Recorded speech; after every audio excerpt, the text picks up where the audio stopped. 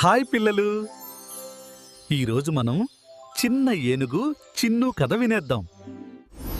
పచ్చని అందమైన అరణ్యంలో చిన్ను అనే చిన్న ఏనుగు ఉండేది. అది చాలా మంచిది, కానీ తనను తాను చిన్నవాడినని అనుకుని బాధపడేది. నేను పెద్ద ఏనుగుల్లా బలంగా లేను అని ఎప్పుడూ అనుకునేది. ఒకరోజు భారీ వర్షం మొదలైంది. అరణ్యం మొత్తం నీటితో నిండిపోయింది. చిన్న జంతువులు, కుందేళ్లు, ఎలుకలు ఒక చిన్న కొండపై చిక్కుకుపోయాయి.